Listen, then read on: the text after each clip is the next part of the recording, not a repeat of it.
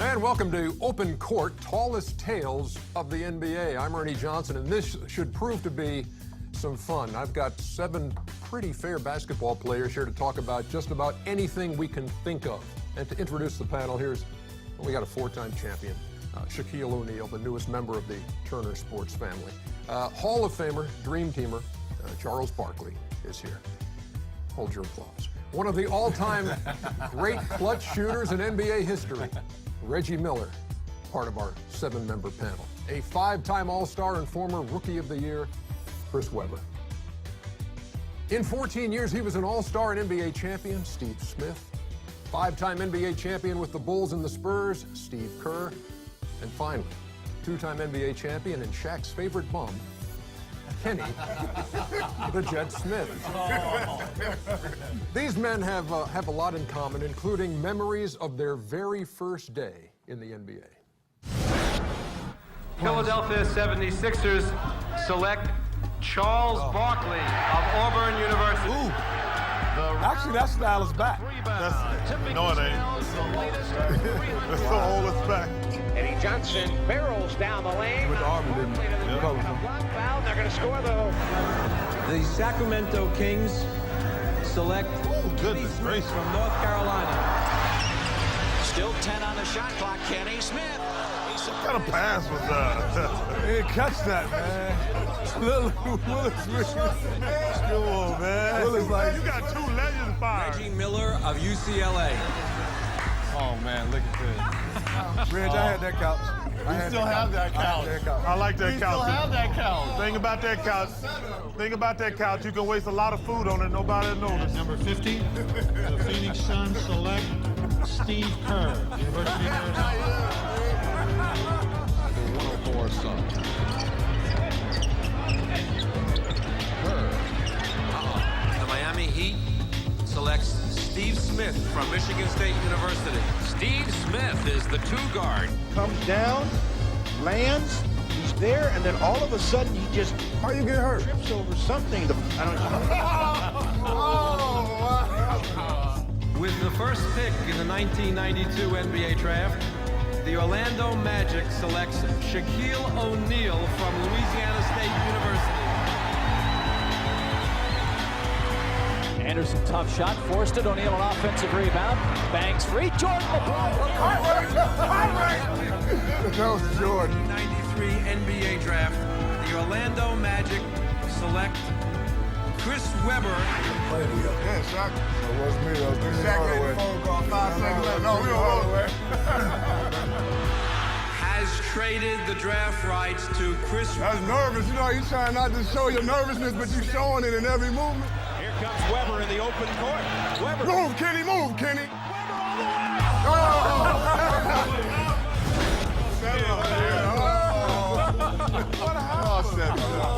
I forgot I'm at work right Some fond draft night memories and some of the lowlights of the careers of these 7. Hey, when you look around the room, Shaq, who do you think had the best pro debut, best NBA debut of the 7 here? I'm gonna have to go with Steve. Why would you go with Steve? His jumper looked nice. He was limited on his mistakes, and he looked good doing it. Which Steve? Which Steve? Steve Kerr? Steve Kerr. Wrong Steve. It was Steve Smitty. Steve Smith made it look easy. He even crossed his leg. That's a good You know what? thing. You know what? He's in the Barca Lounger over here, making it look easy. No, you know what? I'm looking at my research. They were down by 15. He was faking that injury because there was nobody next to you. Nobody next to you. I got hurt playing defense. I got hurt playing defense. You playing defense? Yeah. I got hurt. You actually had 24 in your NBA debut, and that was your season high for your rookie season. Wow. None of y'all had So, 24? I didn't That's the start. most you had your rookie Who year? did you That's play? my worst. Kenny, did you start? Yeah, I started my rookie year. But that was his first night in the I was with the NBA, Heat.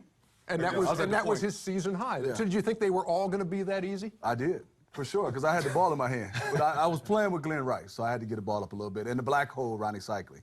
But Way to throw him under the bus. Good job. Yeah. Ronnie never threw the ball. Ronnie only had a career high of 3 assists. But it was, you know. Ronnie should too. He loved Ronnie. That's my guy, but he didn't pay. Reggie, one of those nights. Yeah, Reggie, what was your welcome to the NBA moment that you knew you had arrived and you were here? Well, I'm not necessarily thought I had arrived, but game 1 of preseason. This is a preseason game 1. And obviously I was playing with Charles's Auburn teammate and Chuck Person, and he comes up to me before the game and is like, watch this little love tap I give to Dominique Wilkins. I didn't know they had beef the year before. I'm like, okay, well, whatever. And I'm sitting on the bench because I'm a rookie. None of us really started. And as soon as the jump ball went up, Chuck went right up to Dominique and gave him a forearm right in the throat. The bench is clear, everyone's getting up, and I'm standing on the sideline, and Herb Williams is next to me. I'm like, well, what should I do? He's like, Rookie, better get your behind out there and start fighting. That's how I knew I was part of the NBA. You had to, what you can't do now, right. You had to clear the benches and run out there and get Chuck's back. But you know how Chuck was. Chuck was, no question. He would give it to you. How about it? I mean, you recall, you know, preseason games being that intense? Your first season? Only one. Like, there was a noticeable difference. Like, the first couple games, we were screwing around. I was really nervous playing with Doc, Moses, Maurice Cheeks, Andrew Toney, Bobby Jones, and those guys. And the first 3 or 4 games were, you know, you're just trying to break a sweat and work on your stuff. And then we played the Boston Celtics. And you could just, I was like, wow, this is different. The locker room was quiet. And then a fight broke out during the game between Dr. J and Larry Bird. And it let me know, like, that was hatred between the Sixers and the Celtics. I mean, it was unbelievable intensity in a preseason game. For all of you, I mean, when you reach this level, you're in the NBA. It's been a dream, I'm sure, when you're going to YMCA games at, you know, 8 o'clock in the morning and that kind of thing, and you're always thinking, boy, I'm playing the NBA someday. How does that feel when you finally realize that, Shaq? Man, you know, for me, it was fun, you know, because I grew up watching all these old-timers on this panel, except for Chris. But, you know, it was fun. You know, I said to myself, I made it. But, you know, the funny thing for me is I didn't know the difference between preseason and the regular season. So when I first got to the Magic, I was playing all out preseason, and Scott said, hey, man, calm down. The season ain't started yet. What you mean the season ain't started? We 3-0. We first in the conference. Like, no, it's preseason. I'm like, preseason? What the hell is that? Yeah. Ernie, I think it's a lot more nerve-wracking than people realize. Because what you did in high school, like, okay, all of us are the big men in high school. But then when you go to college, you're back to zero. I mean, you go back to zero. And then it's even worse when you get to the pros. Because like I said, I didn't start. I was the number 5 pick in the draft, and I wasn't even really getting to play a lot in the beginning. But it's very nerve-wracking. And there's certain things that people take for granted. Like, number one, it's kind of like you're an alien. What I mean by it is they come and pick you one day and they drop you off in the city. So first thing you have to do is find a place to live. Is Philadelphia bigger than Leeds? just in that one little area. Ernie, you know what's something that's funny? You said that learning your way around these cities and trying to get there for practice in the morning or go out and get a meal.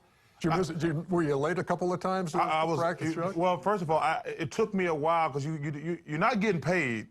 So they pick you up like the first week because you really go right into training camp. And then most places you go somewhere.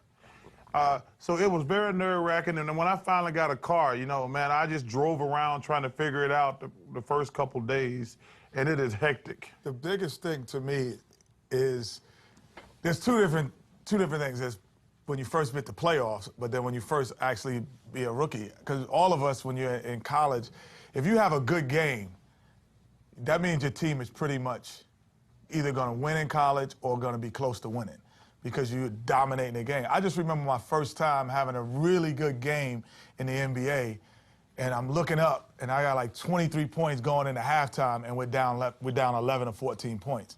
So the first time in your life that you couldn't really impose everything on the will of a game, and you go, wow, this is how great these players are, that you're not the imposing force no matter how great you're playing. Steve, what was that first year like? You're playing for For Cotton? For Cotton Fitzsimmons. Yeah. You know, my experience was totally different than these guys because I was a, late second-round pick. I didn't know if I was going to make the league. I was on a non-guaranteed contract. And I'll never forget one of my first exhibition games, we played the Bulls.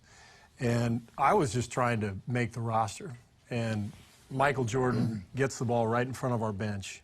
And I'm already scared to death. Like, God, I hope I don't get into this game. I'm not ready for this stuff. And he holds the ball out. He holds the ball out, and he looks right at me. And I'm on the bench just kind of like, he holds the ball, and he goes, watch this. And he turns, and he went right around Dan Marley, bam, dunks it, looks back at our bench, and just starts laughing. And I'm looking like, there's no way in hell I can ever make this. Now I really don't want to. I thought he looked at you and said, 10 years from now, I'm going to throw this to you. Yeah. Be ready. I know I struggle, Ernie, I struggle with downtime. After practice, being in Miami, at 1 o'clock getting out of practice, and then you got a whole bunch of free time. A lot of guys didn't struggle with the downtime. I struggle. I really struggle. Not on Washington, Collins, and Ocean, you wasn't struggling. When I came to the NBA, being the #1 pick and coming behind Shaq, it was, it was pressure. So I wouldn't say I had the pressure of Steve saying, I might not make the team, but I have pressure of expectations and, what do my peers think of me? Not what do they think of me, what am I make them think of me, what is this and that. But I remember going to 2 games specifically, playing against a preseason game against Akeem, and I was nervous. I'm watching them, I'm just, because I'm still a fan. I've never met any of these players. So my first game, I'm a fan of Akeem. He's, I'm looking at his legs, looking at his tonics. I'm like, yeah, I had those shoes. I'm 2 years, 2 years removed. I see tonic shot. No, tonic. Everything about Akeem. And I remember I drove it down the lane, I spun it, I laid it up, and I made a little face. I'm so excited. When walking to halftime, he's like, nice move. Next time, give me a shoulder. And then the next time, Sean Kemp came and I traveled, pump fake 3 times, and I came down the court. Sean was like, hey, relax. Nobody's going to block your dunk. There's athletes in here. You just relax, you take it up. And I was like, wow, the veterans, they're cool because they'll knock you out coming to the hole, but they'll also give you a little bit of love. So my first year, I was a little and all, but it helped a lot. We are just getting started here. We got to go, and we'll be back with more watching Open Court, the tallest tales of the NBA. I look over to the bench, and I see one of my idols telling Keith Klaus how to stop me. I see Kareem saying, you got to do this, you got to do that. Now I'm pissed. Kareem, Laker, so I'm like, give me the ball.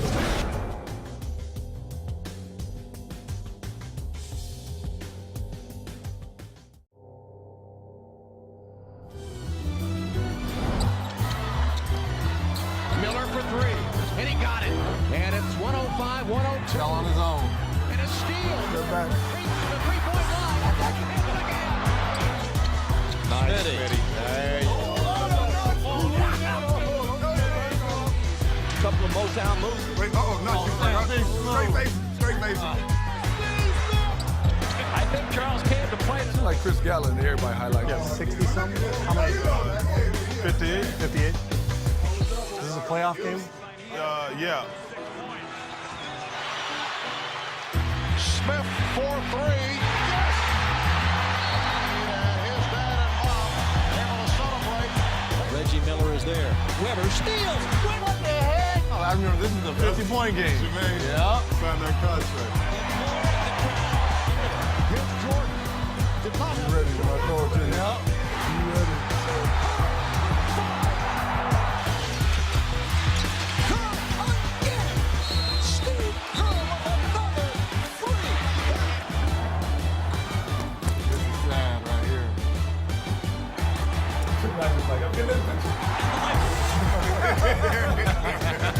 All 4 pitches.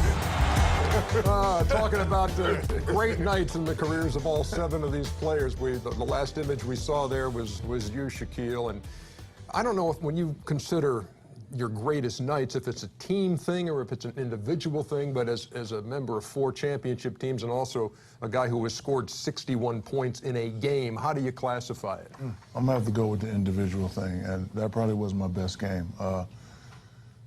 That night, it was my birthday, and we had a party. So, usually I go home. Before or after the game? No, after the game. I was like, yeah, party in the game.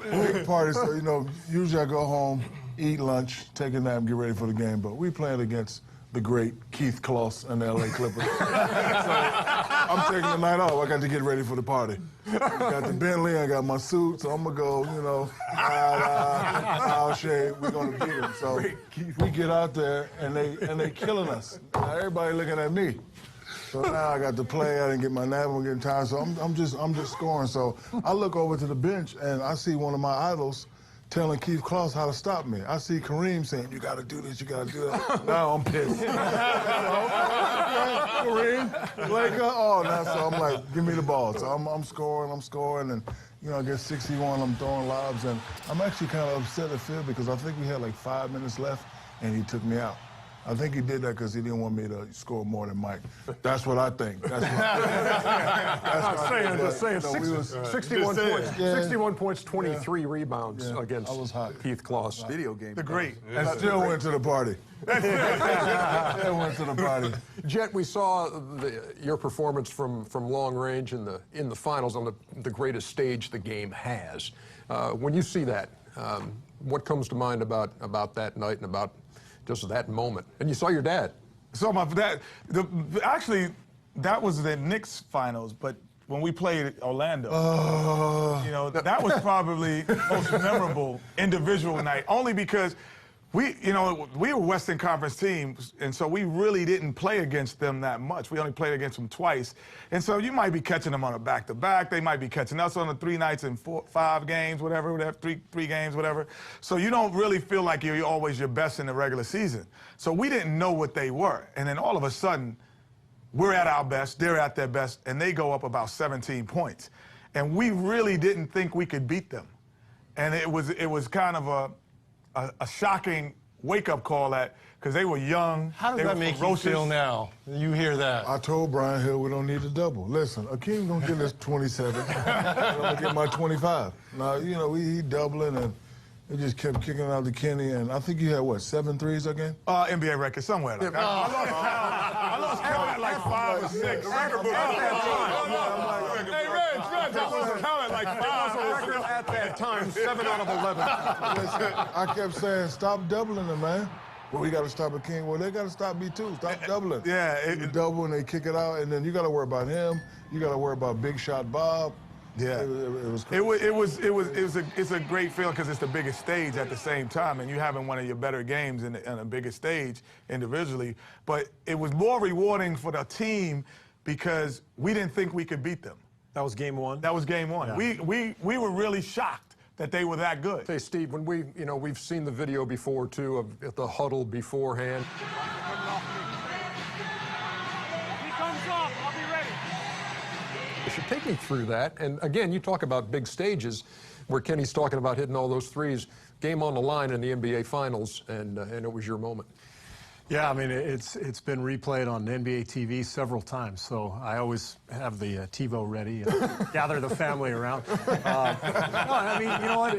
That's the moment that every kid dreams of, and to actually have lived it is pretty incredible. But you know, I didn't have a great series, but I was having a decent game. I just made a few shots in the fourth. I was feeling pretty good, and Michael was always looking ahead to what was next. He was always kind of envisioning the next play, and he said during the timeout, he said, Stockton's going to come double team me, so be ready. And I looked way more confident in that shot than I really was. I was like, oh my God, okay. But I just said, you know what, just fire away. And that's the best advice anybody ever gave me was, don't think, shoot. You know, as soon as you start thinking, that's when you miss. And I just made up my mind. If I got the ball, I was gonna shoot, and luckily it went in. Hey, Charles, sometimes, you know, when you talk to a baseball pitcher who has a big night, and they'll say, look, I really didn't feel it in the bullpen beforehand, didn't feel like I had my great stuff, and he throws a one-hitter. Is there any way to foretell a 56-point night? No. First of all, that wasn't my best game. That was the night I scored. Oh, excuse me. Best numbers. No, that was the best. No, I'm saying that was best numbers. I'm saying that was the most points I scored in the game. But I actually personally think Game 7 to get to the finals is the best game I ever played. I had 44 and 24. That actually, the game against the Warriors was only a first-round playoff game. But to get to the finals, I remember it was Game 7s are no joke. But to get to the finals for my first time and to score 44 and 24, that's the best game I ever played. The game against C. Webb and those guys was just revenge. That was by Byron Houston. We that told was Coach, justified don't what we let did. Byron Houston check the chat. Like, no, he's strong. He's like, he's 6'1". Don't let him check. Don't let him check Big Chuck. Because that game was so funny because I remember Byron Houston. and I remember I went to the bench and I says, "You're not gonna double me?"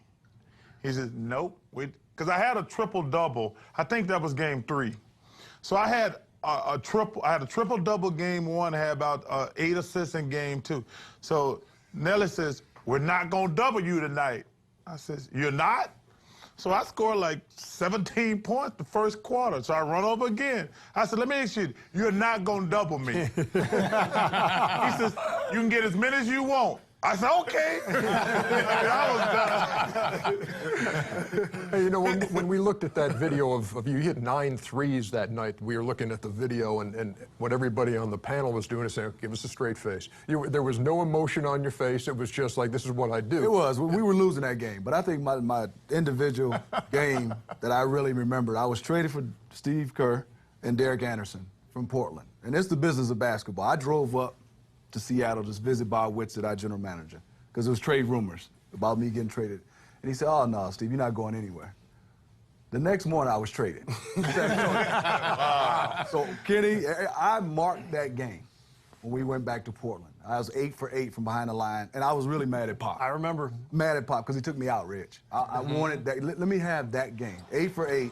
I got a text because I was going at Bob Whitsitt, the general manager. You were glaring at it. He was I sitting went at it. He underneath was sitting with the Paul basket. Allen, and every time I hit a shot, Reg, I kept looking at it. That was the game for me because I had X'd that game because he had told me you wasn't get traded, which that's the business. By the time I got back home from driving to Seattle, he traded me the next morning. Wow. When we looked at your 51-point game, I don't know who was in that video more, you or Reg. It did come against the Indiana Pacers. What do you remember about that night? I remember the whole night. I remember I usually wasn't late for games. I tried to get to the game. You know, it's an hour and a half. I wanted to get there like an hour 10 and get in my own space. In this game, I was later than that, and I, just wasn't feeling it. I grew up, Isaiah Thomas was one of my favorite players from the Pistons. He was the coach. Reg, one of my favorite players, and Jalen, I just remember being uncomfortable, the game, getting there late, not feeling good, and then during the game, it just all came out, kind of how you said, the picture. I didn't have any type of feeling. I knew I took a lot of shots, but I remember I kept missing layups. I remember took a lot of shots. Steve, I promise you, Steve, if you look at that game, I don't know how many shots I took, probably 1 million. I guarantee you I missed 13 tip-backs. I guarantee you I had to miss 10 layups that night, so I just remember that, had a lot of energy, took a lot of shots. We'll save that. We'll save the day at the Garden for last here, Reggie, because when we look at that video and everybody, it means something to everybody here. I mean, and they all look at it and say, man, I can't believe that was, it's 8 points in 8.9 seconds or whatever, however you break it down. But did you know that ball was going in? Do you know those balls are going in? It's almost like you knew. Just give me a shot at it, I will make it. Well, a lot to what Steve said. For shooters, you just shoot, you don't think. And basically, you're just reacting in that situation. But, I mean, that's the 8 points in 9 seconds, whatever, is the great game. But to me, what's more memorable was the 25-point quarter I had against the Knicks in the conference finals the year before in '94. There's Miller, swings away, and hits. Reggie Miller is on fire. Miller open again. His foot on the line. That's a two-pointer. Reggie Miller giving the choke sign to Spike Lee. We're all talking about games. Yeah. The choke sign. Choke sign. It's the playoff games, and most of these, what we're talking about, are playoff games, which everyone is alluding to, because obviously that's when the pressure is probably at its greatest, and you've got to play your best. So that's what you try to remember the most. You ready? You know what's interesting about that game? We had the next TV game, so we all had to leave for the game. When we got to the game, we said, man, the Knicks beat the Pacers today. I'm like, what are you guys talking about? They're like, the Knicks won the game. They're like, you didn't see the last couple seconds? Reggie went crazy. They were like, no, the Knicks won that game. We had to go back and look at the highlight, and we were like, that's unbelievable. And a footnote to this entire segment, the field goal attempts for Chris Webber. I figured you were going to say that. 47. You just heard heard two of the best shooters in the game say, don't think about it, let it go. I wasn't thinking that night. And that's the reason that he is shot 50%. He is still shot 50%. Still icing the right shoulder, even as we speak. 40. Back with more open court after this. That's a feat in itself. And Doug walked away, so Keith got up running, Reg. Full sprint. And Doug knew he was coming and turned and tagged him. Pat was showing that tape. You guys are not tough. You're not fighters. Look at Keith asking. Udonis like, hey, coach. Hey, coach, Keith getting his ass whooped.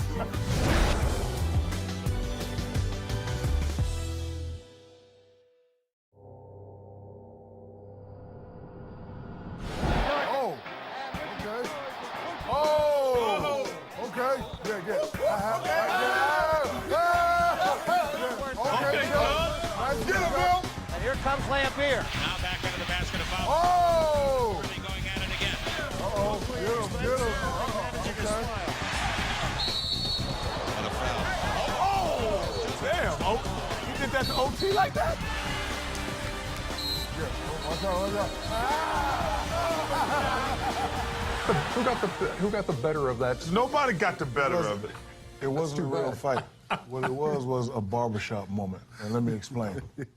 He hit me with the ball. Now, if I didn't do nothing back, I can't go to no barbershop in America. Right? They could be like, man, you got punked by y'all. So when he did it, I'm thinking about our mothers, because our mothers are best friends. So I'm like, and I'm thinking, but I'm like, oh, hell no, I can't let this go. Shaq, that punch that you threw had some pretty evil intentions. As you see, he misses a lot. If that had connected. He misses a lot. But look, my theory on that fight was, Ernie, okay. All you got to be is 15 feet away. I don't want to fight Shaq. My thing was, okay, I had to make a quick decision. Let me just get him, then they're going to break it up. Because they're not, it ain't like, you know, people always talk about fights. It ain't like they're going to let you go at it like hockey. I mean, I said, I just got to get to his body, because if he stand back and punches me, I mean, he got a huge advantage. So I was just trying to get to his body. When he swung at you and you closed your eyes. I didn't close my eyes. Was that just speed frame? Okay. No, Rock'em Sock'em Robot. Oh, okay. I got to tell you a funny story about Tough Guy, though. So I missed my rookie year. And they had, you know, you saw Maurice Lucas and Darryl Dawkins going at it. So Maurice Lucas knocks the hell out of me during the game. And I'm a rookie, and I'm like, oh, my God, I'm going to get killed. It hit me, it hurt, and I said, so timeout, I said, Moses, Maurice Lucas just hit me really, really hard. What should I do? He says, hit him back, big fella. Hit him back, hard as you can. I said, what if he kills me? Trust me, big fella, just hit him hard as you can. So we're running down the court like 3 or 4 plays later. I hit him as hard as I could with a forearm shiver. Maurice kind of, like, he grunges, he bends over a little bit, he run back up the court, he says, just want to see what you were made of, big fella. Wait, welcome to the NBA. And I was like, cool. You know, but a lot of guys will try to intimidate you. They don't really want to fight. They just want to see are you intimidated. Who's the guy that you did not want to mess with? Easy for me. John Long, who was one of my mentors at Indiana. And we used to go over the game plan each and every night of who we were playing against. And one name, and I'm sure everyone's going to agree with me on this, Alvin Robinson was one of the guys. He's like, Reg, whatever you do, don't say a word to Alvin Robinson. Alvin Robinson, yeah. I'm like, come on, man, I'm a rookie. You're trash talking. Hey, I'm going to talk to anyone. I don't care. I'm trying to, you know, puff my chest. Reg, I'm telling you right now, if you want to be successful in this league, just play the game tonight and don't say a talk word. to Alvin. First down, time down the play. He almost picks up John and moves him out the paint. And I turn to Wayman Tisdale, and I'm like, oh, now I see what he's talking about. Right? From that day on, while I played Alvin Robinson, while he was with Milwaukee, San Antonio, I never said a word to him. Well, I had the guy that everybody was fearful on playing with me, Mad Max, Vernon Maxwell. Because, and the great thing about Max was like, I was his new surrogate brother. So anytime that anybody did anything to me, he would take off on you. So this is about my buddy. My buddy. Hey, but let me wherever I go, he goes. And so I would be behind him. Yeah, Max, that's what we're talking about. Wow. So I would stand behind him. Glad you admitted. But he's the craziest guy in terms of, like, his personality was so different off the court sometimes than it was on the court. And he was the only guy when we played Chicago. We had success actually against the Bulls in the regular season. We only played in regular season, but we had some success because he tried to fight Michael Jordan every time. And every game he tried to fight Michael. And Michael, you know, as tough mind that he is, it really didn't get under him until one day after every fight he would bring his son in afterwards to get his autograph.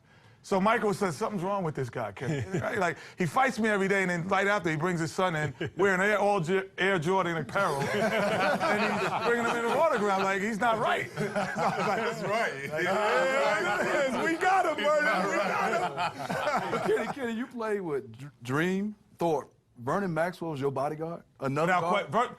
Another guard, though. But you didn't have a big guy. They didn't mess with Vernon.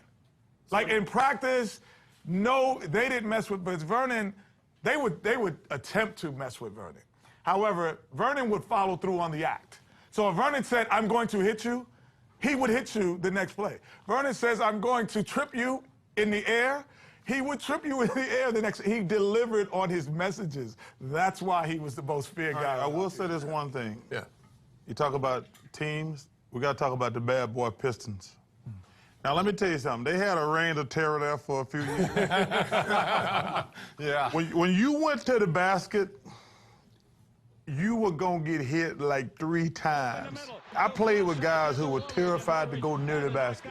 But you knew anytime you went against Lambert, Mahorn, Dennis Rodman, John Sally, James Edwards, you were going to get hit and you were going to get hit hard. And they had that rule, too, that if someone get fouled, then the second foul doesn't count. You wasn't going to get no 3-point plays. Right, so they hit you, and then the second guy, everybody would just gang up on you. And the good guy on that team was Joe Dumars. Yeah. And Joe, when I'm trying to take him, he's like, Reg, don't go by me now. Come on now, just settle out here and take jump shots. I'm like, why? You like look behind you. Don't go in there. All right. Steve, what's the toughest thing about being an NBA enforcer? Well, I'm glad you asked, Ernie. You know what I remember? I mean, we saw a lot of those highlights where all these fights happen, and Reggie, you mentioned it. If you're on the bench when all this stuff happens, okay, now you get suspended if you leave the bench. But back then, it was understood as a teammate you had to go out there. And it was also an automatic $5,000 fine. And I think it was $2,500 for a while, then they upped it to $5 grand. But here's what would happen with guys like me. You're sitting there, you're making minimum salary, okay? Fight starts. You go, you look around, you're like, I gotta go out there. Otherwise, I'm not backing my guy up. And you're like, and nothing happens when you go out there. Everybody holds each other. But if you don't go out there, you're not backing up your guy. So you're kind of like, there goes $5 grand. and nothing happens. You're like, I have no is he worth here. $5 grand? Because you know the next day, everybody. We watching that. We watching film. And we picking out. It's a fine for you if you don't get off the bench. That's right. I got to tell you this, I got in one of those. I didn't get in the fight, so I was talking about a little bit earlier about Dr. J and Larry Bird got to fight. And what happens is you always just grab the guy closest to you. So I happen to be standing behind Larry Bird, so I grabbed Larry Bird, and Dr. J just laid him out. Doc was smooth. Can you give me the sound effect one more time? Hey, Doc is doing rock and sock and roll. I get fined and suspended. I'm like, why? They're like, I said, I tried to break up the fight. They said that I was holding Larry Bird. I taught me a lesson. Just stand there. Don't do anything. How much of this sometimes, I guess, is heat of the moment, and sometimes would you really like to continue this outside of the parameters of a basketball court, Shaq? Not really. You know, it's all about respect. I used to hate playing against the Knicks when Pat Riley was coaching. He was gonna have problems in there. He was gonna have problems. And see, those guys, they hit you, you hit them back. But they keep coming back. Like, usually like when a guy hits you, you hit him back. He knows you ain't soft, so he'll leave you alone. They just keep coming, 48 minutes. We had a melee with Miami Heat and the Hawks. And like you talked about, Chuck, grabbing somebody wrong. Grant Long and Dwayne Farrell. Grant choked Dwayne Farrell. And the gum came out of his mouth. Show that. Alvin Gentry was our coach. He was coaching the Heat. Grabbed Grant Long, which you shouldn't do. So Grant thought he was somebody else. He took Alvin and body slam. Body slam. Broke his arm. Broke his arm. Right. and you heard Alvin screaming. Oh, oh! But you know, that's just a lesson. You can't go grab nobody. I'll give no you the matter last what, from behind. I'll give you the last word, C. Webb. Man, I don't know about, I just know one time in Sacramento, when we first got there, we're playing against Utah. And Sacramento, we're scared of everybody else. We've never been good, so we're trying to say it's our first playoff series. Let's go. So I tell Coach before the game, I'm going to lay out John Stockton first play of the game. He's like, no, don't do it. I'm like, Coach, everybody, you know, everybody's scared, man. I'm going to lay him out. I lay him out. First play of the game, get a technical. How'd you all lay him that. It was coming off a pick. He came off a pick, a flex, and I waited for him, and I mean, it felt so good. I came down, I laid him out, and in my head, I was like, oh, man, I hope I didn't hit him too hard. That's how good it felt. He got up, Stockton got up, he didn't care. Where'd you get him? Did you get him in the chest or you get him up here? I got him like, I mean, like, you know, right here. That wasn't that bad. That wasn't that bad. No, but I got him. And after the game, you know, Stockton, he came over and he was like, yeah, good job. He knew what I was doing. But after the game, all I kept thinking of was, you know, we won and this is good for our team. But Stockton, he's as tough as he says he is. He's not crying. He's not. Yeah, but he's not crying. He's Still not had 20-20. Yeah, you know, but I'm just saying, Stockton, the tough guy it is. It wasn't about fighting anything, but for his team, they were tough because he didn't get up, cry, and flop and all that. But for our team, you know, it was a pretty good session. You are watching Open Court on NBA TV with our esteemed panel of experts. We're not experts, Ernie. Let me ask you a question. Right now, today, if there was one game, like he was saying, you could not give a team 5 minutes, 5 to 10 minutes, right now, you could not give a team. Oh, not right now, I couldn't. Hell to the no. Are you kidding me?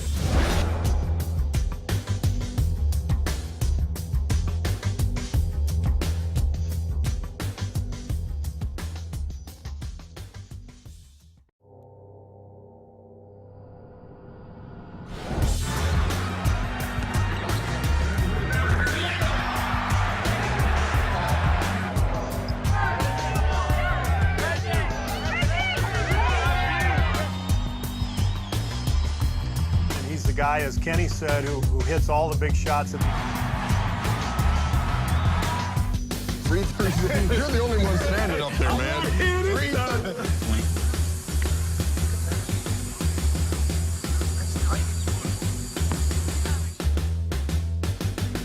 For real? You want me to come up and apply for the New York Knicks general manager job? And we welcome you back to Open Court. We're talking about life after basketball. Who has aged the best? Who has aged most gracefully? After basketball, you're saying? Yeah. And I'm looking, Charles, you're 48 years old now, yes. Correct? That would make you the oldest person on this about panel. face or body? In terms of players. Kenny's body under the waist is the oldest up here. Under the waist. What? There's a couple people catching me on this panel. You've aged. Your knees have aged. A couple people. If you're going to go by looks, me and C. Webb got that wrapped up really well. Steve Kerr's a different. Are you kidding me? But you and Steve can go for another three spot. I'll tell you this, if I had to take one guy on the panel to play one NBA game, Reggie Miller. I'm taking Reg. Now he'll be sore and he'll break down the next day, but one game, I think you could play one NBA game. It was relatively recently that overtures were made to you, right, Reggie? No, that wasn't recent. Wasn't there a team in Boston within the last couple of years that thought, hey, maybe, Reg, if you'd like to, you know, do you ever think about that? No, I don't. Just for the simple fact of what Steve said, it's the after factor. Ernie, how close was you, Reg? You would How feel close that. were you? I was close. If Danny would have called in July as opposed to mid-August, late August, I probably would have gave it a better shot because he only gave me 2 or 3 weeks to get in shape. If he would have gave me the Did whole you actually summer, go out and start working out? yeah. And then how did you feel when you were doing, I'm not me? There wasn't enough ice that I could put on my body that could have helped me feel any better. listen, it's always amazing to me when people, like, you retire because you can't play. Because playing any sport is so hard on your body. And your body might look the same, like Reggie and Steve, you know, and Steve over here, like, their bodies look good. But Air don't hit back. When you're just shooting around in the gym by yourself. So your body doesn't look good. But let me ask you a question. Right now, today, if there was one game, like he was saying, you could not give a team 5 minutes, 5 to 10 minutes, right now, you could not give a team. Oh, not right now, I could. Hell to the no.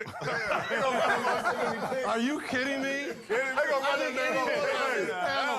Jack, you shouldn't be laughing. you got her just running up the court. It's like 1 minute he comes, like he just run. Oh! You know the sign when you know you're old.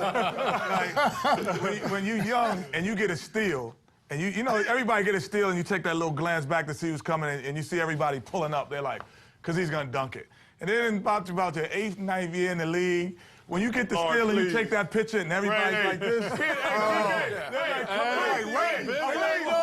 I did exactly that on that play. I remember Jamal Tinsley got the steal, and I remember him flicking ahead, and I did exactly that because you're taught, take a picture. So boom, I got it, I took the picture. Tayshaun was 5 steps behind me. I'm like, I have this in the bag.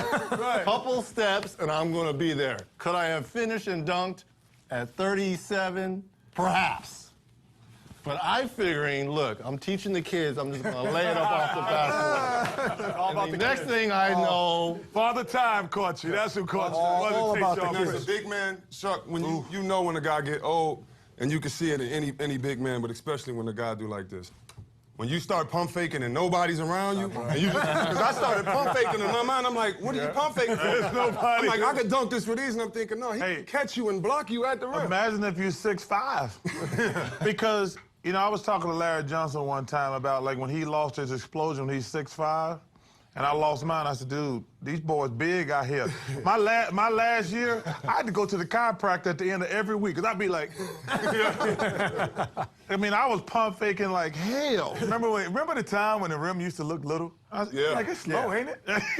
Or you just jump up and catch it for no reason. And all of a sudden, you'd be like, yo, you know, Reggie talking about, he thought about dunking. My last couple years, you know, I had to have perfect conditions. I had to be going downwind. I had to get my steps correct just to think about dunking. That door's got to be open to the prevailing breeze. Hey, that was my whole career. Do you imagine you are going to miss it this year, Shaq, being away from it for the first time? Not really, because like Chuck said, you just realize you can't play anymore. Like, I can remember times under the basket where I, get my little shimmy move, and I'm like, damn, I go up to dunk it, and I couldn't even dunk it. I couldn't even finger roll. So, I mean, I realized it was over for me. But I'm 39, I'm sexy, I still got booty. Quit stealing. Quit stealing my line. Reg, I remember the play when I knew I was done. I was playing with the Bobcats, and Bernie Bickerstaff had me at the 4. And I went to step out at the 4. That's the first sign, kid. That's the first sign right there. You move from point guard to the forward. Yeah, that's the one. So Jamal Crawford was coming, and I steps on the baseline, the high screen. He threw it through my legs and laid it up, and all I could see was Bernie. And Bernie go, it's time. For a coach to tell me it's time. And I didn't want to believe it, but Bernie said it's time. It was time. I tell you what I tell people. They say, how do you know it's time? I said, when guys who can't play dead kicking your ass. I said, this time, that guy can't play and he's killing me. He's killing me and he can't play dead. It's time for me to sit at home. I am 55, I'm sexy, and I still got big. Got more open court on the way. I haven't seen an expert panel like this in 20 years. This is going to be funny. Might as well sign us up. Well, the good thing about this panel, everybody can hold their own. Everybody played at a high level. But I'm saying, like, everybody is like can be normal and talk. For more open court, you can check us out on NBA.com and on NBA TV. We have just one question here, and you can frame it any way you want. The ideal meal, if you can only have one thing. Our producer Tim Kiley likes to say, if you were If it's your last meal on earth, whatever, in whatever context. Reggie, what is it? Fried chicken, mac and cheese, mashed potatoes with blueberry cobbler. Feeling you. Top it off. That's how you got that. Jack, I know we don't have a whole lot of time. Can you? I'm just big boned it. My appetizer is going to be brownie. A brownie? Yeah. Brownie, vanilla ice cream with that hot fudge on that thing. Appetizer? Yeah, appetizer. Appetizer. Okay. Then I'm going to go with the sausage and cheese omelet, fries, and a Diet Coke. And what's if you have a brownie for an appetizer, what's for dessert? No dessert. Okay. No dessert. You don't want to do dessert. It's too much. Yeah, I'm gonna go fried chicken, potato salad, and peach cobbler at the end. Keep it simple. I'm with you. I'm going my mom's fried chicken, Yeah. my auntie's peach cobbler, and some mac and cheese. Not the runny mac and cheese. Oh, you got to have. It got to be the. You got to have sticky, that, the sticky, and you the got cake. to have that top that's kind Two of layers, there we round go. and Me and Ernie are. oh, crunchy. I like that too. Ooh, I can't wait to hear this one. I'm gonna go with some chitlins. Oh, my God. Come on. Did you feed him yourself? You gonna feed him yourself or you No. I'm rich now. I can pay somebody to clean them. Okay. Some greens and ham hocks. Ham hocks. Yeah, you put the ham hocks Yeah, in I the know. greens. We know what greens I'll do some potato salad and some good pancake bread. Batter. You gonna drink pancake batter. The buttery pancake bread. Y'all hate Drink the What is pancake bread? mix. pancake. They're You like need a whole box of cake mix. no pancake cornbread. Okay, go ahead, Steve. Tough act to follow, obviously. What are you? I'm a sushi guy. I realize that's not quite as. Kenny, you're next. Sushi. Thanks, Ernie. Sushi. I like Sushi with what else? seared ahi. A big. I love ahi. Good. Hey, I'm a big Asian food guy. And the OE. I'd have a variety of what everyone said except for the ham hocks and pancake juice. Pancake bread.